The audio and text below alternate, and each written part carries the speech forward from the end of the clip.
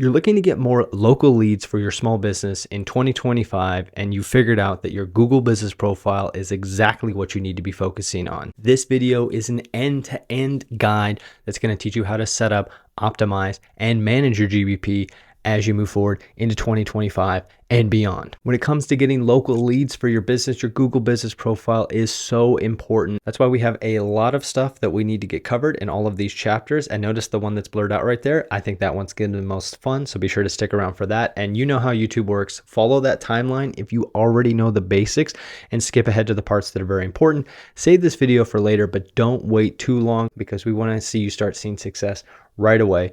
So let's get into this. What the heck is a GBP? Your Google business profile, which used to be called Google My Business, is this little profile, almost like a mini website that Google gives you. It's so important because the information in the Google business profile is what shows up in the map pack. Not sure what that means. If I search for something like SEO near me and I skip past the ads, then the first thing that shows up is the map pack. Look at these little rectangles next to them. These are the Google business profiles. And hey, look at who's there in second place. Research shows that fewer than 2% of people click on ads. And even if you have those local service ads, which looks something like this, those only get about 3% of clicks. So 95% of people get down to the map pack, and about 20% of people click on that first result, 18% of people click on that second result, and 16% of people click on that third result. So it is massively important to try to show up in the map pack if you serve local customers. Now, what some business owners don't realize is that Google keeps rolling out these new features and getting rid of other features, and so it changes every year. So if it's been a year since you've looked at the GBP, let's just quickly go over what's changed. One thing that Google has done is they've added new attributes, like a small business attribute. Not for every category, but it's there. They've also added a way to manually add your social links. It used to just be automatic. They disabled the messaging feature and they reduced the amount of information they collect with their call tracking feature, which we'll talk about later. And more recently,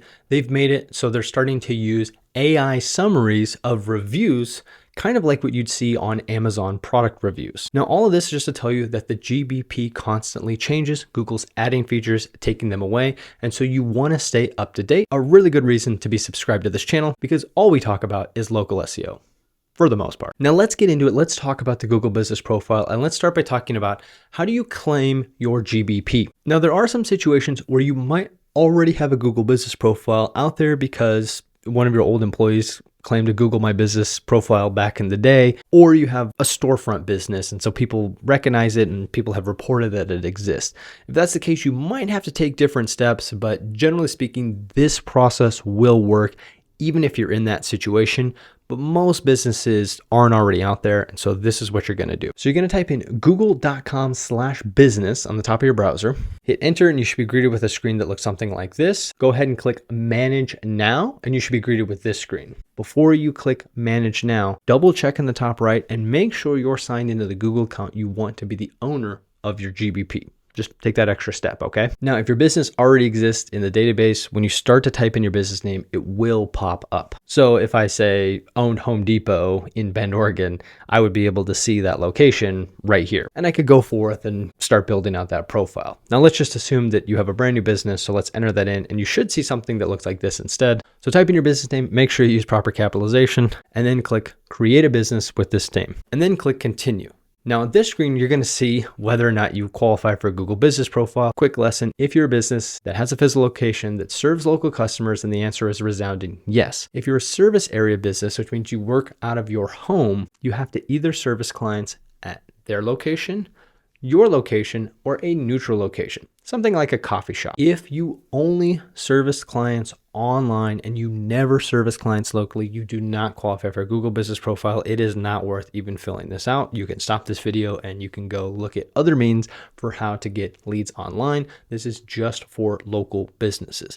Now, if people can also purchase products through your website, but you also have, say, a physical location, or you somehow have some sort of service area set up, then you can also check that box. So let's go with a service business for this example. We work with a lot of home service businesses that are just getting started, so they don't have a physical location. The owner operator usually works out of their home. And so we're going to go with that example in this situation. Now we want to figure out our business category. Now, generally speaking, this makes sense, but the best thing to do is to just steal what your competitors are doing. We have another video where I actually talk about a free SEO tool, which will help you spy on your competitors and not only get you your primary business category, which is what we're talking about right now, but also your secondary categories. But save that video for later. I'm just going to show you a quick hack to get you your primary category so we can keep moving, okay? Just go to maps.google.com, type in blank near me. In this example, I'm going to say electricians near me. And what you're going to want to do is look at what's listed below the 5 stars. In this case, it's electrician for every business. So that is indeed the primary business category. For some categories, it's a little more confusing. For instance, a lot of people might accidentally put landscape supply store instead of landscaper, but the answer is landscaper. So just do this check. It's going to take you less than a minute. Just go over to Google Maps, check this out really quick, and then come back and put in your primary business category and move forward. Now, if you're a service area business, you have to put your service area in here. Now, it does say optional, but you definitely want to put it in here. I'm just going to put Bend because that's where I'm located. And let's click next. Now here, you want to put your website and your phone number. Now, it's really important that if you have a website in any way, shape, or form to put this, because this can help you with the verification process, which is coming up in a second. So please, please, please try to do that.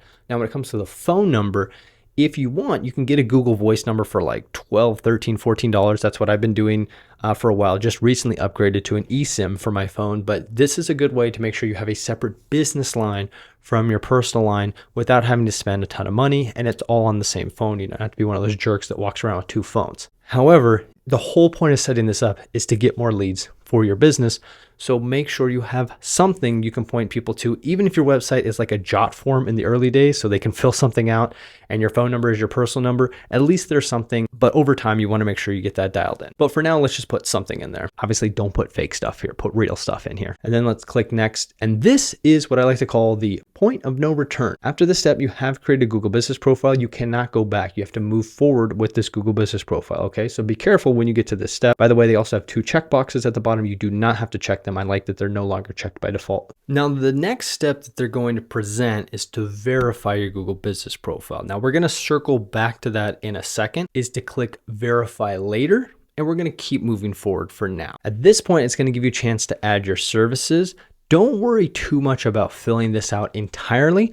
Just make sure you put something here. We can circle back to this later. And I'm going to say this a lot for the next couple of steps, so we'll move quicker. Once we skip the verification step, now we can finish setting up our GBP. We want to get to the GBP backend. That's the goal. Then we'll worry about verification. And then click next. You'll be presented with an hour screen. Go ahead and fill this out. This is probably one of the most annoying ones, so I'm not going to make you watch me fill this out, but just make sure you do it accurately. Now, there is a lot of evidence that shows that if your Google Business profile is open 24 hours a day, that you'll be ranking higher, especially when your competitors are closed. But I encourage you to not do that. There is a chance that Google comes up with some sort of penalty in 2025 to fix this hack. So I would recommend not taking advantage of this. However, I always ask my clients, would you answer your phone at 2 in the morning? And if they say yes, then by all means, they're open 24 hours, but not the case for our fictitious electricians right now. And now it's time to work on your business description.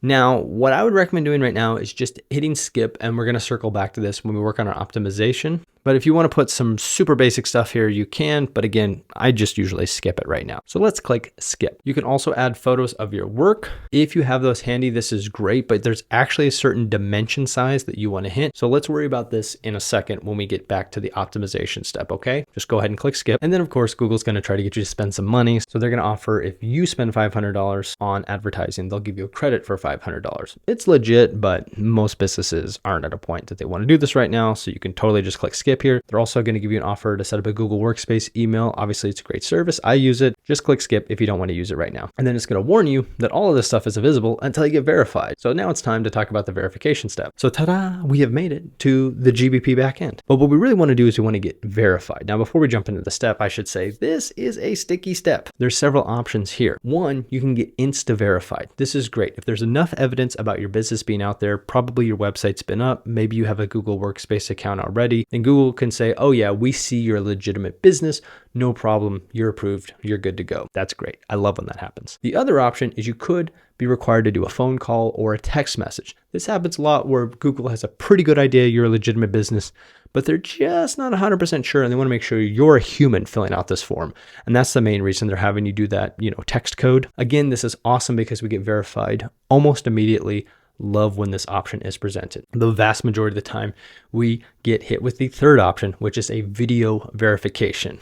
And oh man, video verifications are awful. Let's see what our fake business gets as its option. So we'll click get verified here, and then we're going to enter in an address. This is going to be a fake address, so I'm sure they're going to make us do a video verification. Let's see what happens. 1234 Ithaca Avenue in Bend, Oregon. That's our real address. I apologize to whoever lives there. Sorry, we're using that as an example. This is totally random. And then we'll click next. Oh snap, I was presented with all the options we just talked about there. So we got the phone code, we have the email code, and then we have the business video. Now I can say sometimes I do the text code, and then a day later, I get presented with having to do the business video. So let me just show you what this looks like, because this is the option you might get. So it's starting to lay out the steps that you need to do for the business video. Now it's really important that you show the surrounding areas, even if you're a home service business. That's where you're going to want to start the video. And then you're going to want to come in and you're going to want to show business ownership documents. Okay. And I love that they've improved these screens where they're giving you even more directions, because it is very hard to do this process. And so they're giving you more and more directions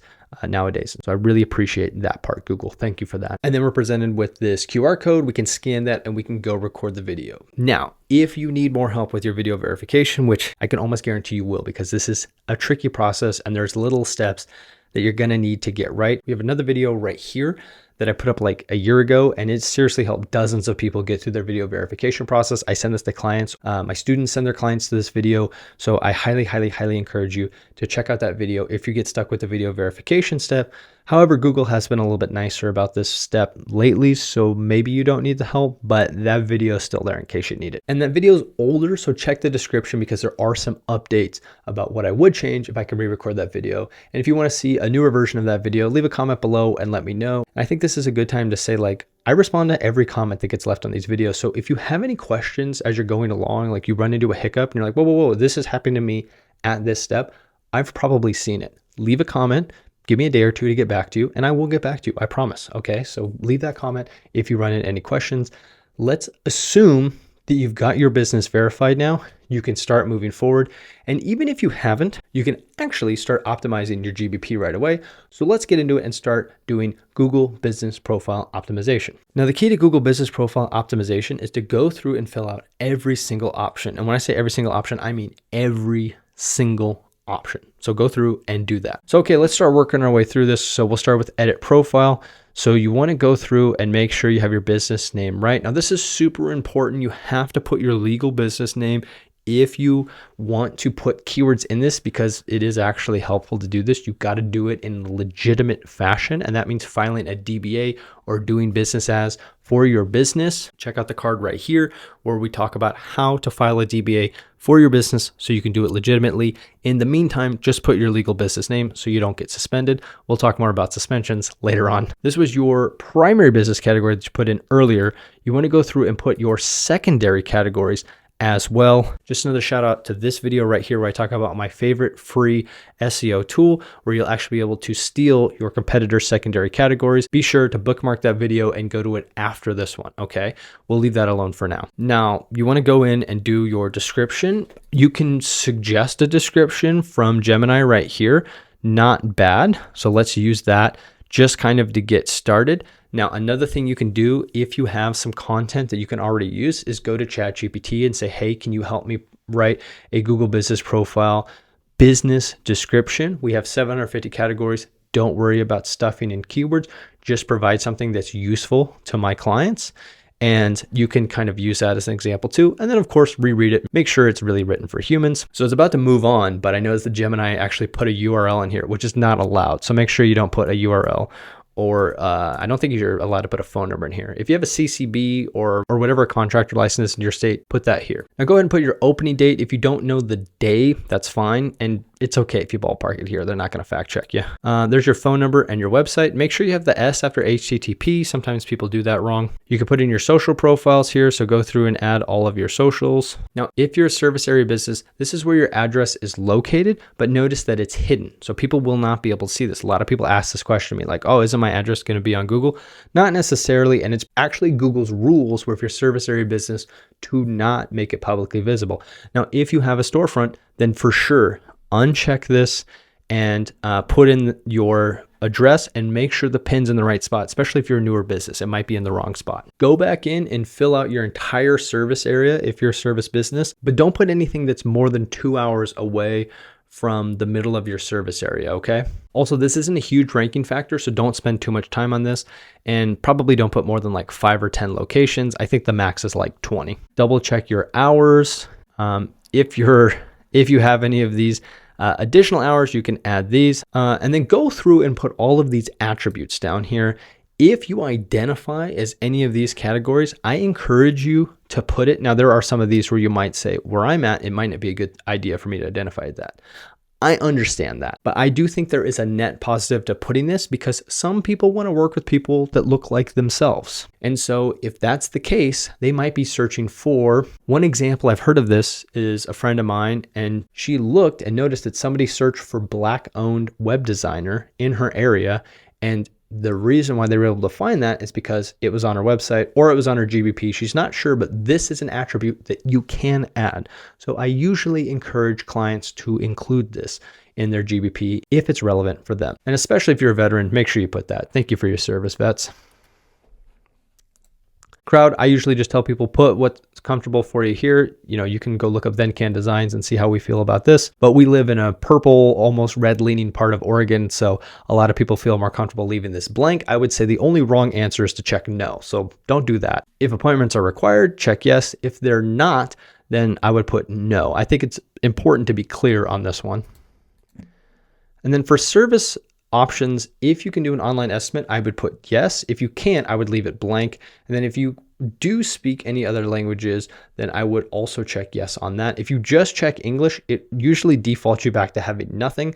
So don't worry about it if you only speak English. All right, so that was the first block. Now the next block we want to work on are our photos. Now there's two really important photos that we want to work on, and that's our logo and our cover photo. Now our logo needs to be 720 by 720 pixels. Okay, so just go into Canva and put it in. I'd recommend putting the logo kind of in the center because the edges can get cut off because sometimes it makes like a round version of it with the GBP, although it doesn't get seen publicly a lot, but still just you want it to look good. For the cover photo, that's 1024 by 575. Some sources say 576. It doesn't really matter. It's 16 by 9 and that ends up hitting a decimal point, but I usually go with 1024 by 575, and that's going to be your cover photo on your GBP. If you have a location, I would put a picture of your storefront, so it's very easy for people to see that, but I might also brand the image with your logo or something like that. For service area businesses, I would probably try to put something that's like maybe an ideal client, like a happy client, but it's branded, just something that says it's very clear, like this is what we do and this is who we are. Okay, that's what I'm looking for on the cover photo. This can get swapped out by Google, but I do want to put it on the back end. And especially for like home service businesses, you want to maybe put a couple pictures of projects. All other images on your GBP besides your logo and your cover photo should be 1200 by 900. So all those other images be 1200 by 900. If you have a physical location, go through and take a couple pictures of the interior. Don't do a lot and you'll find out why later, but at least try to put like 2 or 3 while you're doing this initial optimization. I'm going to skip ahead to services. You want to go through and make sure that all of your services are here. If your website's been up for a while and Google's had a chance to crawl your website, it will pull in services automatically. And so if you notice one that's wrong, go in and delete that service, okay? If you notice there are some services missing, you can click add more services and find those here. And as you add more business categories, you'll see more options show up below this. Now, over time, it can be helpful to add your services as products. In the old days, Google used to say this is what you were supposed to do. Towards the start of 2024, Google said they were going to get rid of this for service businesses, but they never got rid of it. So I encourage you to do it because it looks good. So if you see right here, these are actually our services listed as products. And when you click on this, it brings up like this little card here. It has our phone number and it also has like, this should link right to the web design page. Let's see where it goes. Perfect. That's what we wanted it to do. Filling out these product sections with your services can be helpful. It's pretty simple. You just go in and put in your product name, which would be your service. You can have categories if that makes sense. Put in a short product description. You only get about 1,000 characters. And the key thing is you want to link to the service page for the service you're talking about. That's actually really important. Now, I'd also recommend filling out the bookings option. It's not going to let me do this right now because the profile is not verified, but I can show you that it looks something like this. And if you have like a proprietary booking system for your industry, you're definitely going to want to include that here. If you don't have that, you can just link to your contact page. That's what we've done here. So as far as your initial GBP optimization goes, that's it. Congratulations, you've done it. You've done the bulk of the work. Again, make sure that you're verified if you're at that point, or otherwise, none of this stuff matters.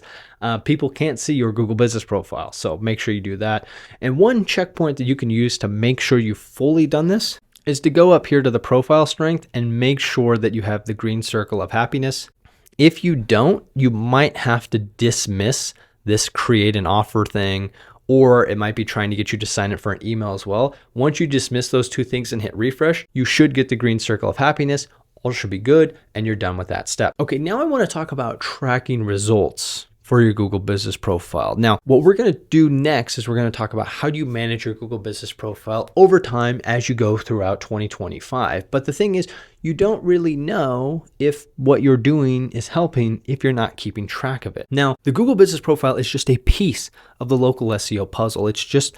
You're just starting to scrape the surface. If you're only working on your Google Business Profile, there's other pieces that you need to be working on. If you're just starting to dabble with local SEO, if you feel like you're at a time in your business where you don't quite have the money to work with an SEO professional and you have the time to spend on your own marketing, that's why you're watching a video like this maybe, then you definitely want to check out our 30-day local SEO playbook. Just go to 30dayseo.com. It's completely free in exchange for your email where you get signed up for our awesome SEO newsletter. You also get this playbook with 30 days worth of actions for your local SEO. So you can start crushing it in 2025. In day 5, that's where I show you how to set up tracking. Now, my favorite tool for tracking results for your GBP is Local Falcon, which you'll probably need long-term as the $24.99 per month plan. However, you do get 100 credits for free if you've never used it before. So I encourage you to check it out and get your GeoGrid ranking so that way you can see what it's all about. So I'm going to show you how to do a quick scan here. So just click right here and click search and then type in your business name here. Click search. And then let's put in our keyword and do SEO near me. Uncheck this green thing right here, which is just an AI overview. And then make sure that your pin is in the center of where you want it to be. Right now, it's very much in the middle of nowhere. And you can tighten this down depending on what your area looks like. You can use fewer credits by using a sparser grid. And you can also uncheck pins that aren't necessarily in populated areas. And then go ahead and click Run Scan. What this map is showing us is each one of these pins is where the GBP is ranking in the map results. So we're talking about Google Maps SEO right now. We want to rank higher for this because it's going to help our business get more local leads. We want to get phone calls. We want to get contact form submissions. And that's how our Google Business Profile is really going to help us out. And we have to figure out where we're ranking. We want to get this baseline ranking right now. After we get this set up, we want to check back in. And what we're going to learn about is how to manage our GBP over time here in a second, because Google rewards activity over time, but we want to see if our efforts are working.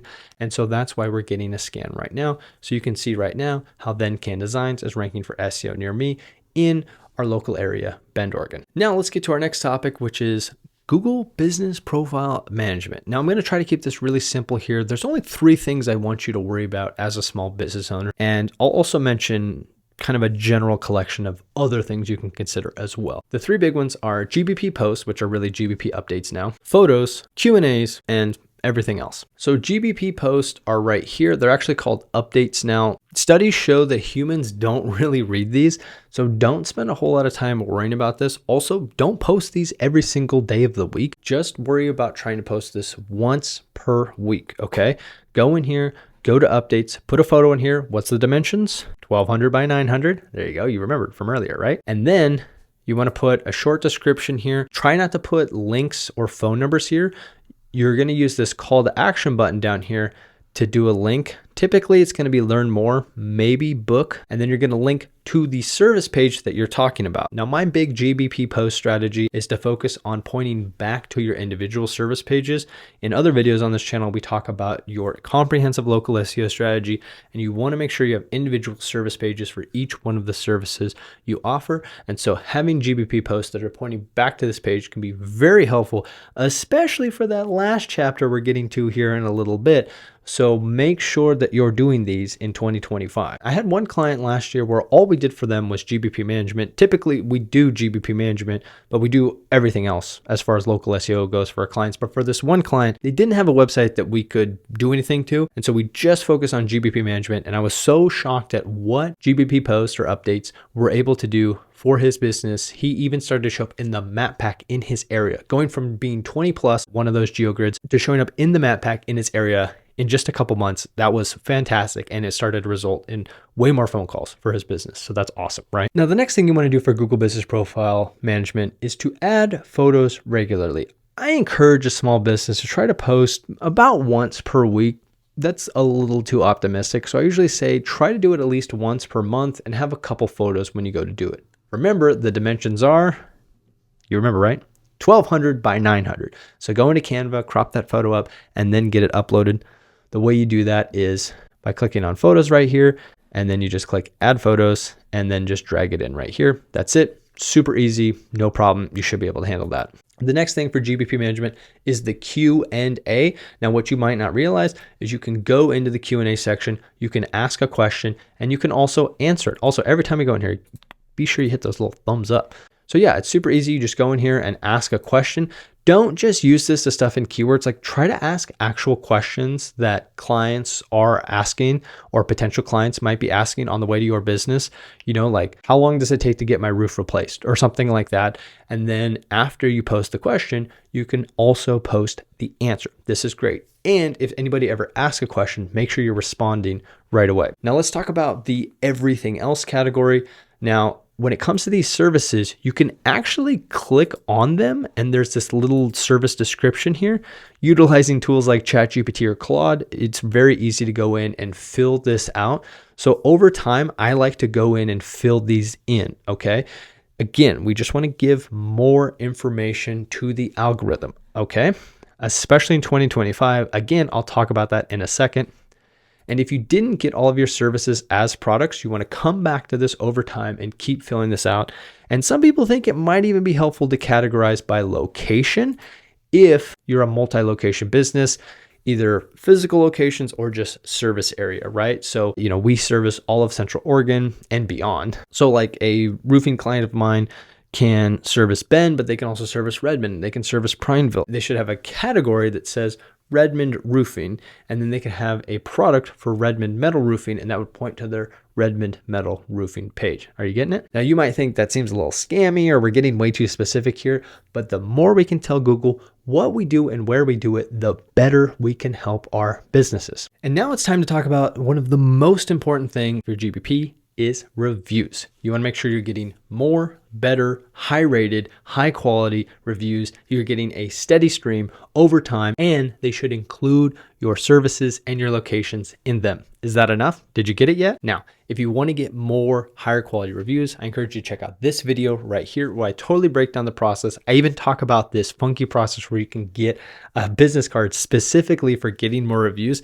Seriously, this can change the game for your business. And as a small business owner, if you don't like doing the technical side of things, this is the one thing you can do that doesn't require you to get behind a computer all day. You basically like get things ready, get this set up, and then you're going to be good. And then you have a system in place to help you get more reviews, which seriously will massively help you rise the ranks and get closer and closer to that map pack. So be sure to check out that video. Later on, I even give you my exact review script that I give to clients in that video. And once you get that review, make sure you go back into your GBP, click read reviews, and then be sure to respond to those reviews. I need to go out and get more reviews, apparently. Now, you don't have to worry about stuffing keywords in these responses. Just be kind, be heartfelt. And if you happen to get a bad review, well, now check out that video because I go into a lot of detail about some of my thoughts about 1-star reviews. But just know, like, the person can edit their review so they can kind of respond to your response. So, like, disclaimer about that. Generally speaking, 9 times out of 10, what I've seen is you respond, you say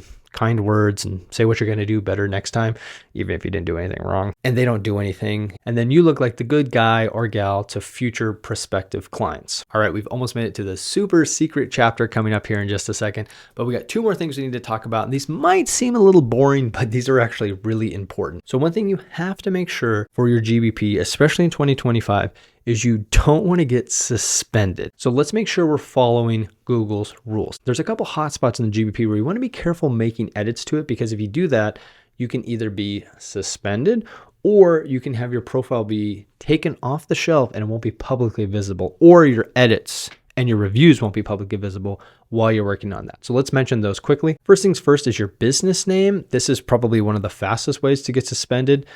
We do have a DBA that says then can design, spend web design, SEO. So that's why we're able to do that. Changing particularly your primary business category can trigger suspension. So be careful when you do that. You want to be very intentional about that decision. There has been some evidence about adding secondary categories also triggering suspensions or removals from being public. So just be careful when you do that. The address is another spot where if you change that, there is a very good chance you'll get suspended. Now, I will say that this is probably the most legitimate reason to get suspended, and I've had this happen with clients before. It's nothing to be worried about. We'll talk about that more in the next chapter. And that's all I can think of, but I'd be remiss if I didn't mention fake reviews. Not only is Google cracking down on fake reviews, but the FTC has actually made it illegal. So this is like the worst time to try to buy reviews or get fake reviews. And so make sure you're not exchanging money for reviews. Now, you can have incentive programs amongst your team members to go get more reviews, and whoever brings in more reviews gets a bonus or something like that. They have to know that they can't give somebody a gift card, okay? You cannot exchange money for a Google review. Know the rules for reviews on the platforms you use. For instance, on Yelp, you can't even ask for a review. You can gently mention like, hey, Then Can Designs does have a Yelp profile that doesn't have any reviews on it. But that's all you can say. You can't actually ask for a review. Google's fine. You can ask for a review. You can have your link. You can do all sorts of stuff. But you cannot exchange money in return for a review. And you definitely don't want to go out to any of those tools out there that are going to get you reviews in exchange for money. Don't do it. No fake reviews in 2025 and beyond. You will get in trouble. And in the UK, I believe it is, they're actually testing out like publicly shaming profiles for using fake reviews, and they're not letting them do updates for indefinite periods of time. Like they're not even telling them how long they're in trouble for. Some people believe it's 6 months, but some of these businesses have gotten in trouble and they haven't been let out of Google jail yet. So it's like, I don't want to do that. So you don't want to worry about that. So let's stay away from fake reviews. Now let's go through the rare case, because I know most people that watch these videos aren't going to try anything scammy, but let's say you accidentally didn't follow the rules. Maybe you were ignorant and did it by mistake. Well, the first thing you want to do is you want to fix the mistake. A lot of times Google isn't very clear about what you need to do. So go through and just kind of skim this video and think, are there any of those things in that last chapter that he talked about that I might not have been doing right? And then make sure you go in and fix that first. Then you can file an appeal. You also need to include business documents typically and some sort of evidence showing that you fixed the problem or what mistake Google might have made. I had one client that got suspended because they changed their business name, but Google couldn't find record of that. So they were suspended. We actually had to appeal that twice and give them more evidence to say, hey, not only did they change their business name, here's the legal documentation that says they have a DBA for the new name, but also here's a ton of pictures of them wearing shirts of their brand name and also trucks with like their logo on it and all this stuff. And it said the new name, not the old name. And so finally, once they saw that with the second appeal, we were able to get past that. A more common scenario is if the business changes addresses, you're probably going to get suspended. Nothing to worry about. If you follow the rules and you give them all the documentation that they ask for in those steps, you will get unsuspended. I've seen it happen. I had one client who got suspended on a Friday and they were back online by the end of day Monday. It was crazy.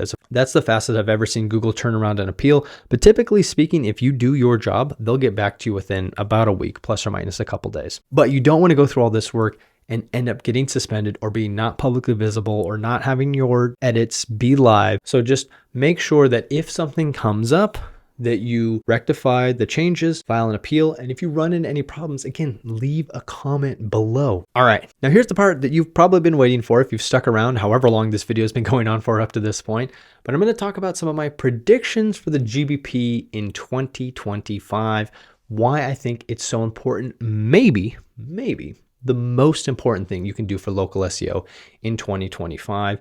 And it comes down to 2 letters, AI. Big announcement from Google recently over here. Google announced Gemini 2.0, and they talk about search a lot in here actually. And they're even starting to embrace agentic search. They have this DeepMind research tool that's kind of released in a beta format. I tested it out. It was pretty cool, actually. It's kind of like Perplexity on steroids, if you've ever used Perplexity before. But in 2025, more and more AI is going to be searching for us. And what we're going to be seeing are summaries of the search results. Now, at a very high level, that means we need to be good at SEO, especially local SEO. Now, when I ask an informational question to Google right now, I get an AI overview, which is a generative AI response to my question. And there's a chance that I might not click on any websites if I got the answer to my question. This is called zero-click search, and a lot of people are worried about this. However, when I do a local search,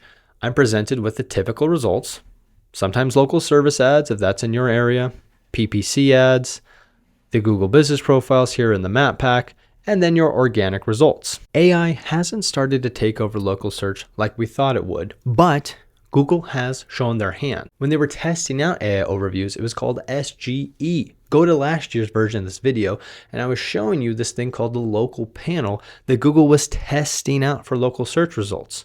Turns out that they found out that the map pack is just a better experience, so they rolled that back. But if you fast forward to the Google I/O announcement, they mentioned that they want Google to do the Googling for us.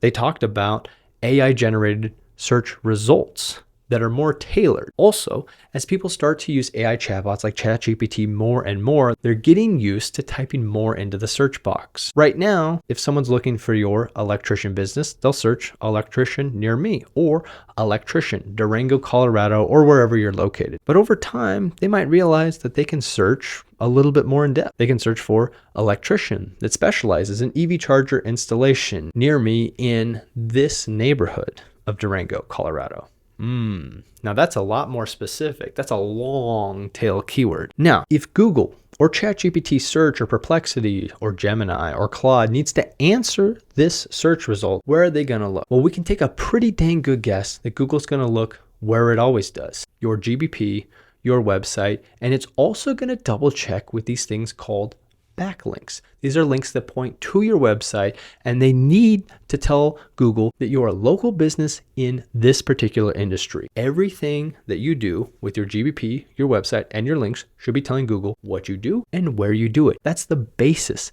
of local SEO. But as AI starts doing more and more searches for us, we need to make sure that we have as much data out there as possible for the AI to find. Now, I don't have a crystal ball, and if I did, I would use it for way better purposes, but I believe this is the secret to getting ahead in local SEO in 2025. And the very, very first thing you need to work on is your GBP. So if you haven't already, make sure you go back through this video, check every single box. And that's why the GBP is so crucial for your strategy to get more local leads for your business in 2025. And if you're sitting over there and you're thinking, whew, this was a lot. I'm kind of lost. I'm kind of overwhelmed. And I feel like we've only did one piece of the puzzle for local SEO. How can you help me? Well, I thought you'd never ask. If you head over to thencandesigns.com/SEO, click that big orange button, and then fill out our free SEO strategy video. I'm going to send you back a roughly 10-minute long video. This is not cookie cutter. This is not a template. I sit down, I record a Loom, and I tell you 3 actionable items you can do for your local SEO in 2025. Now, we're starting to get a lot of these, so you do have to qualify. You might also have one of my team members do this video for me. Don't be offended, but we're starting to get a lot of submissions for this, and so not every business qualifies. You need to be at a certain place to get this video because it is time consuming for us to do. But if you fill out the form, no matter what, we will send you some free resources to help you get on the right track for 2025. And Honestly, recording those videos is one of my favorite activities of the week. So please go to thencandesigns.com/SEO and fill out that form so you can get your free SEO strategy video to kick off 2025 on the right note. And so there you have it, everything you need for your GBP in just under an hour. And maybe you didn't get everything done right now. That's okay. That's okay. Come back to this video later. Keep working on it. Keep refining. Make a great local SEO decision and be part of the second 1,000 people to subscribe to this YouTube channel so you can keep rising the ranks of Google, getting more local leads for your business, and really start crushing those financial goals that you have for 2025. Check out my email newsletter in the description so you can get some weekly SEO straight to your inbox. It's a great resource. People really love that newsletter. If you took the time to sit through this entire video, I know you're serious about local SEO for your small business. And so I want you to steal my local SEO strategy. Now, I apologize. These videos are a little bit old, but this is exactly how I got to rank #1 for SEO near me in less than 3 months. So check out that video right here and keep going with your local SEO journey because I believe 2025 is going to be your year. I'll catch you in the next video.